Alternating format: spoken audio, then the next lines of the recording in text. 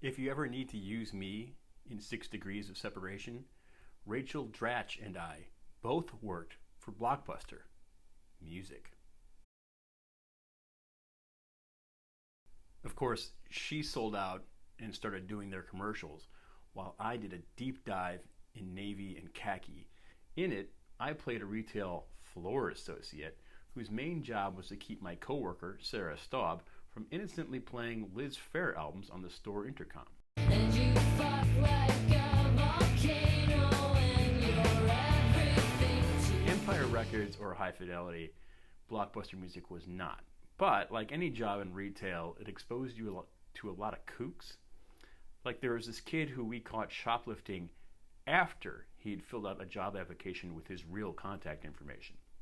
Every time I entered the store to start working my shift, another coworker of mine would play Spiderwebs by No Doubt because I let slip once that I wasn't that into No Doubt. Seriously, the opening bars to that song might as well be "Somebody once told me." And then there was this big bear of a Polish immigrant who looked like Jerry Garcia. His name was Roland. Roland had gotten his real estate broker's license in his daytime while he worked nights at the store, and he'd say to you, "You buy house?" You talk to Roland. And then you'd say, "Roland, I'm 17, and do we have to listen to Gary Hoey's version of Hocus Pocus every day?" This episode invokes all sorts of Blockbuster music spirits for me. Do you remember Primitive Radio Gods? They had that song "Standing Outside a Broken Phone Booth with Money in My Hand." I went down to Harlem, baby. Okay, if you like that, you will like Redolent and their single "Make Big Money Fast Online Now," and not just because it has a long song title. We will visit with the Tramps, who are walking into spiderwebs as well. But first, Totally Enormous Extinct Dinosaurs and Blood in the Snow.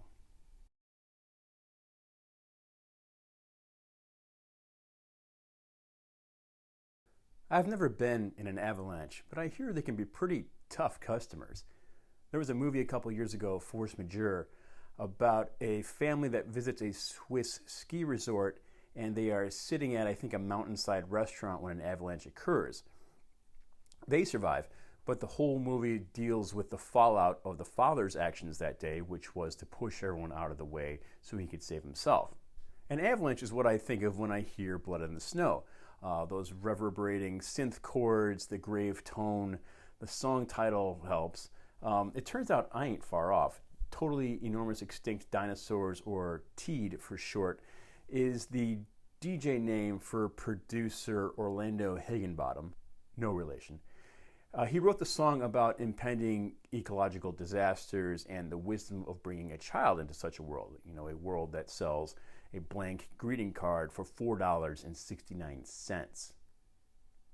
Initially, my response to the song was more optimistic because it reminded me of that part in Slaughterhouse-Five, my favorite book, where Billy Pilgrim watches the newsreel of a World War II bombing in reverse. So instead of looking like the bombs are falling and destroying a city, it actually looks like the plane is flying overhead and removing the disaster. And that's partially because the song is somewhat inverted.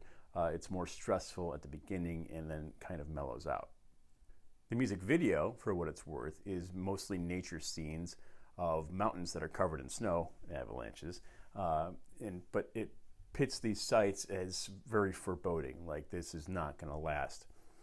TEED is expected to release When the Lights Go, its first album in a decade this fall, having earned his first Grammy nomination earlier in the year. Spoiler alert, didn't win.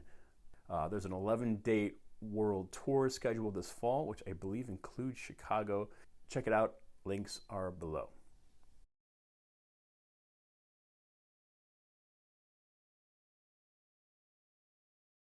One of the reasons for Ess-Fo is this song by Redolent, not Make Big Money Fast Online Now specifically, but the circumstances that sort of surround it. My inspiration is that my music collection contains dozens of songs from my Illinois entertainer days.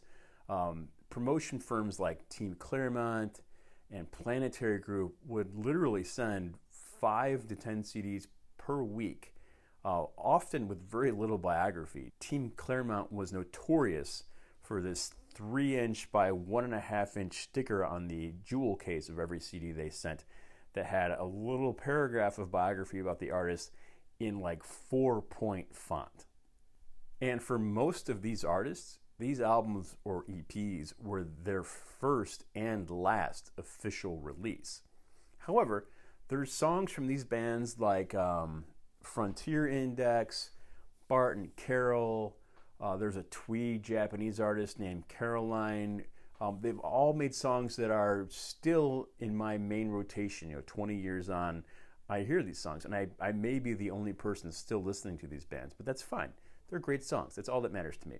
Make Big Money Fast All I Know was released as a single by Redolent in March, and since then, silence. Had filmed a music video, took several press photos, did some interviews, and then crawled back into a wee hole. They've remixed a Claro and a King Cruel song on SoundCloud, but that's about it as far as output. Alas, poor Redolent, we hardly knew ye. It's too bad. It's an addictive track. As I mentioned, it has that sort of post-trip-hop 90s sampled beat like in Standing Outside a Broken Phone Booth. And it has a bass melody, not bass guitar, but just a core melody that repeats throughout the song as a metaphor for being trapped in routines. The video shows them scratching lottery cards in a cash cube and possibly in a cash cab. But the refrain, when we've got the cash, is a kind of sardonic nostalgia for plans made but never executed, simply because there's never any time or money for a vacation, or much less a nest egg for starting a business or a restaurant, or in this case, recording more music or going on tour. So the song becomes a kind of twist on nominative determinism, like calling your band the Dismemberment Plan or having the last name Kitchen. The song also recalls Manchester Orchestra, Brand Van 3000, Still Corners, Junior Boys, The Knot Twist. Hopefully, we'll hear more from Redolent in the future, but there are no tour dates to talk about, no impending album. There are, however, you know it, links below.